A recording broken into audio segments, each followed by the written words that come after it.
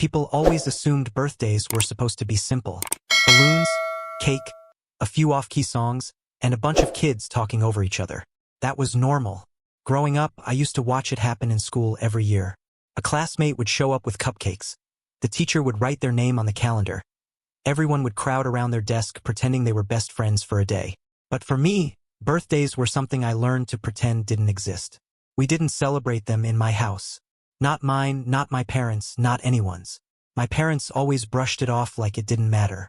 They would say things like, "Birthdays aren't important," or "Another year doesn't need a ceremony."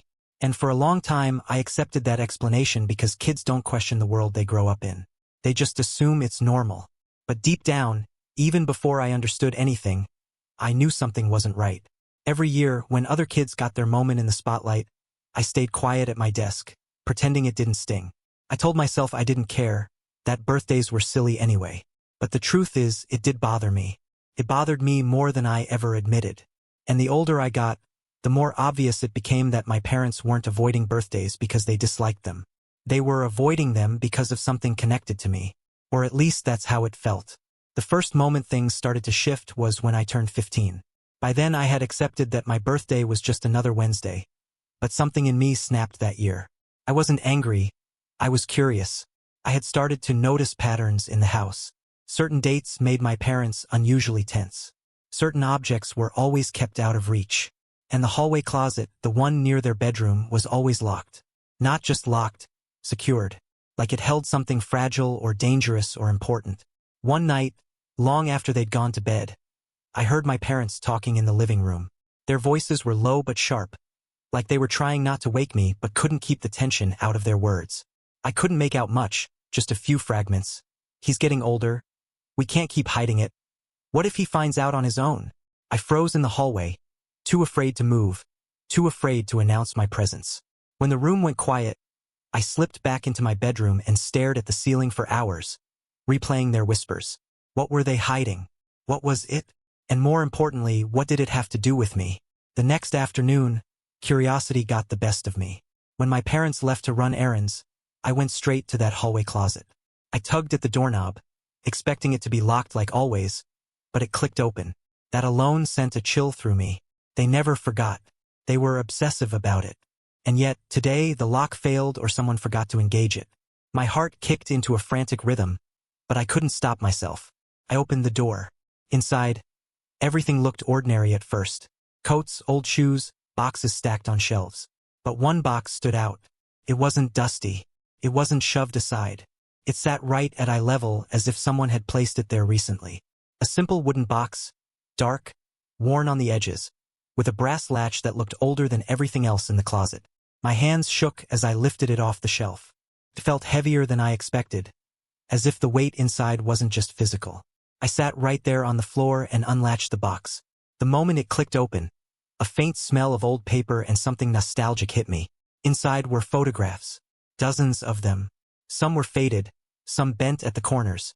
But they all had one thing in common. The same little boy.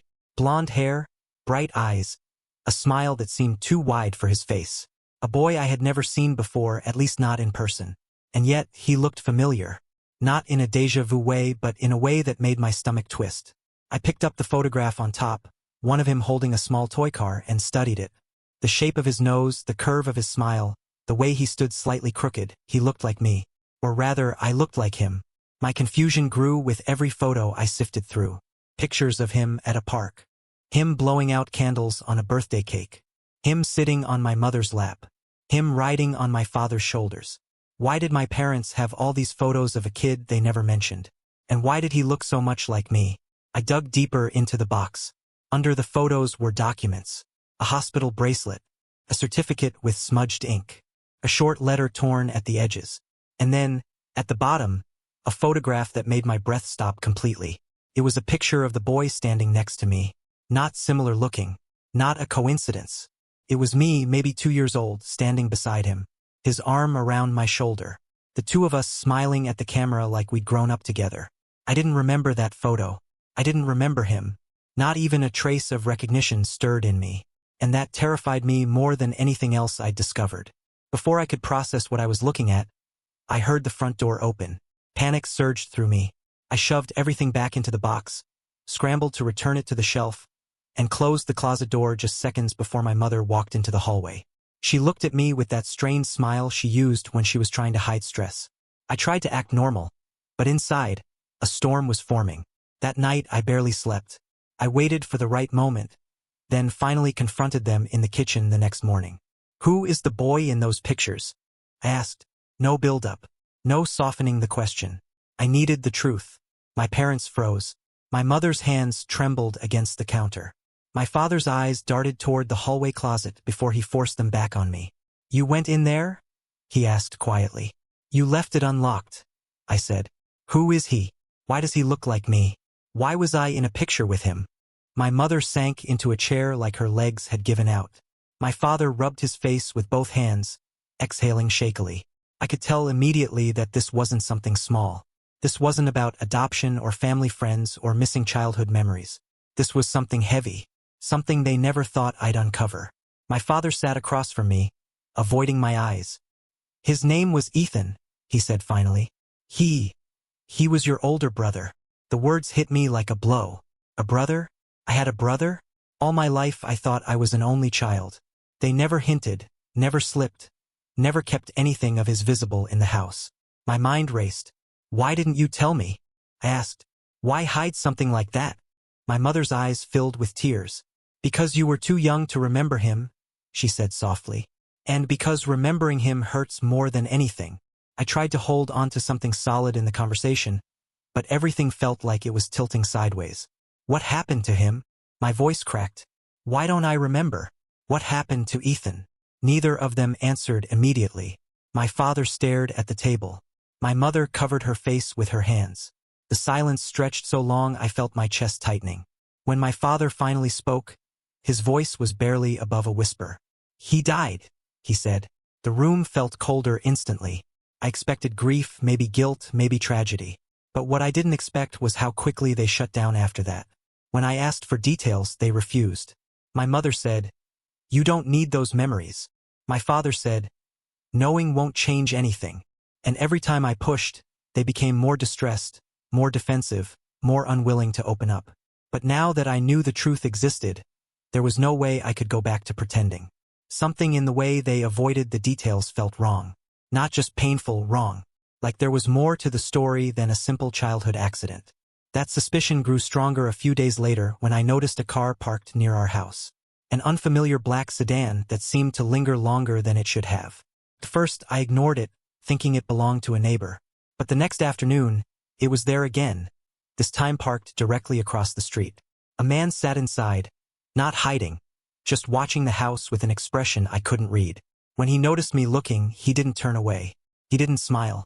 He simply observed, then drove off without hurry. Something about the way he looked at me made my skin crawl. And then things escalated. 2 nights after I first noticed the black sedan, I woke up to a sound that didn't belong. A soft metallic click, like someone lightly tapping against glass. I sat up slowly, letting my eyes adjust to the dark. The tapping came again, this time more deliberate. I turned toward my window, and for a split second, I saw a silhouette, person, standing outside, watching me. Before I could move, the figure stepped back into the shadows and disappeared. My heart pounded so violently I felt it in my throat. I wanted to scream for my parents, but something stopped me.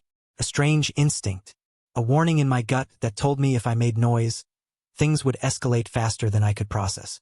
The next morning, I told my parents what I'd seen. Instead of panicking or calling the police, their reaction terrified me even more. They went pale. My father locked every door in the house. My mother closed all the blinds. They didn't say I imagined it. They didn't say it was probably nothing. They reacted like they already knew this was coming, like they'd been waiting for it. And that alone changed everything for me. Whatever they were hiding about my brother wasn't just emotional. It wasn't just painful. It was dangerous. Later that day, I overheard them arguing again. This time, my father's voice was frantic. "He's too old now, he'll start remembering on his own. We can't stop that." My mother's voice cracked through the closed door.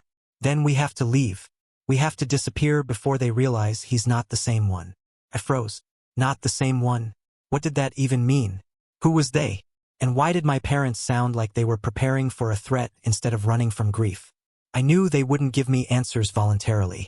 If I wanted the truth, I had to find it myself. So that night, when they went to sleep, I quietly returned to the hallway closet. The wooden box sat exactly where I'd left it. This time, I wasn't afraid to open it. I needed answers, even if they hurt. I dug past the photographs, past the documents, until I reached something I hadn't noticed before. A small envelope taped to the bottom of the box. My name was written on it. Not in my parents' handwriting. Someone else's. Inside was a single sheet of paper. A letter. The handwriting was shaky, rushed, as if written by someone who didn't have much time. The message was short but shattered me in seconds. If you are reading this, then they finally told you something. I'm sorry you got pulled into this. You don't remember me? But I remember you. I've been trying to find you for years. They think you're safe by forgetting, but you're not. You're in danger because of what happened to him. They know you survived. They know you're the last one. I don't know when I'll see you again, but stay alert. Don't trust anyone who shows up suddenly. And don't let them make you forget again. The signature at the bottom was one word, E. My hands shook so violently I almost dropped the letter. E. Ethan? How could he have written this if he died? How could he remember me if I didn't remember him? What did last one mean? My mind spiraled with 1,000 questions, none of them with answers that made sense. But the thing that rattled me most was a single line. Don't let them make you forget again. Again. It implied something I couldn't process. Something horrifying. That maybe the missing memories weren't natural. Maybe they were taken. I barely slept that night, replaying every word. The next morning, the black sedan was back. This time, the man didn't stay inside. He was standing on the sidewalk, staring directly at our house. He wasn't hiding. He wasn't pretending to be casual. It was like he wanted me to know he was watching. When my father saw him through the blinds, he swore under his breath and grabbed his keys. We're leaving, he told my mother. Right now. No hesitation. No discussion. Just pure, frantic urgency. I followed them into the living room. What's going on? I demanded. Who is that man? Why are we running? And what does my brother have to do with any of this? My parents looked at each other with the kind of fear that only comes from running a very long time. My mother pulled me close. We didn't want this life for you, she whispered. We tried to give you a normal childhood. We tried to protect you from what happened before. My father's voice broke as he added, but they've found us. And once they know you're alive, they won't stop. Stop what? I shouted. What did I survive? What did Ethan survive? What happened to us? Silence. The kind that suffocates. The kind that confirms the truth is far darker than I imagined. My mother wiped her eyes and took a deep breath. You and Ethan weren't supposed to exist, she said. Not naturally. You were part of a program. The word sounded strange coming from her, almost clinical. A government project, she continued, focused on children with enhanced memory retention. They wanted to test how much information a developing brain could store, process, and recall under stress. Ethan was the first. You were the second. I felt numb. Enhanced memory? A test? What are you talking about? My father stepped in. It was more than memory. They wanted to push the limits of cognition. They wanted children who could analyze patterns instantly, recall details perfectly, process information faster than adults. Ethan excelled beyond anything they expected. Too much. And when they realized he could remember their conversations, their mistakes, their secrets, they panicked. My mother's voice trembled as she added, Ethan wasn't supposed to know what he knew. And once he did, they tried to correct it. They tried to erase what he remembered, but he fought back. Then they tried something worse. She closed her eyes. We ran before they could finish. My heart hammered in my chest. So Ethan didn't die? You said he died. We thought he did, my father whispered. We were told he didn't survive the experiment. But years later, we learned he escaped. We learned he was trying to find you. We learned he remembered everything, even after they tried to wipe it. His voice cracked. We kept you hidden because we didn't want them to do to you what they did to him. The room spun around me. My brother wasn't just a memory. He was alive. Or at least he had been recently enough to write that letter. And the people who created us, the people who treated children like test subjects, were still out there, still searching. Before I could ask more, there was a loud knock at the door. Not gentle, not polite. A slow, deliberate pounding that echoed through the house. My parents froze. My mother mouthed one word to me, "Hide!" But it was too late. The front door splintered as it was forced open. The same man from the black sedan stepped inside, flanked by two others dressed in dark clothing. Their movements were precise, controlled. Not thieves, not strangers, operatives. The kind who didn't need identification to assert power. My father threw himself in front of them. "He's not going with you," he said, his voice shaking with rage. "You're not touching him." The man in front didn't even flinch. "You don't get to decide that," he replied. His eyes moved past my father and locked onto me. Something shifted in his expression, recognition, purpose. "We've been looking for you for a long time." Fear paralyzed me, but underneath that fear was something else. Something burning, something rising. A sudden flood of memories hit me all at once, like someone had torn open a locked room in my mind. A bright room, white walls, cold metal chairs. A child, Ethan, crying while people in lab coats whispered behind glass. My own voice screaming for him as hands dragged me away. A sharp pain behind my eyes, a blinding flash of light, and then nothing. A void, a silence that lasted years. I stumbled back, clutching my head as the memories crashed into place. My mother rushed toward me, but the operatives moved faster. One grabbed her, another shoved my father to the ground. The man in front took a slow step toward me. "You're coming with us," he said, but something inside me snapped awake. The memories weren't just returning.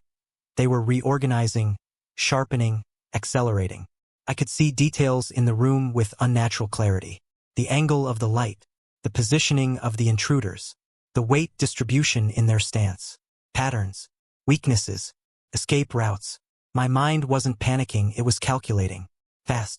I took a step back, and the man lunged, but I moved faster than I ever had in my life. Instinct took over. Training I didn't know I had. I dodged him, slipped past his reach, and sprinted toward the back door. I heard shouting behind me, my parents screaming my name, footsteps pounding after me. But I didn't stop. Couldn't. Every memory, every warning, every fragment of Ethan's letter fused into one truth. Running wasn't cowardice. It was survival. I burst out into the yard, vaulted over the fence, and disappeared into the darkness of the trees behind our neighborhood. I didn't know where I was going. I didn't know who I could trust. All I knew was that the people who took my brother were hunting me now. And somewhere out there, Ethan was still alive, still fighting, still waiting, and I was done forgetting. I would find him, and together we would finish what they started.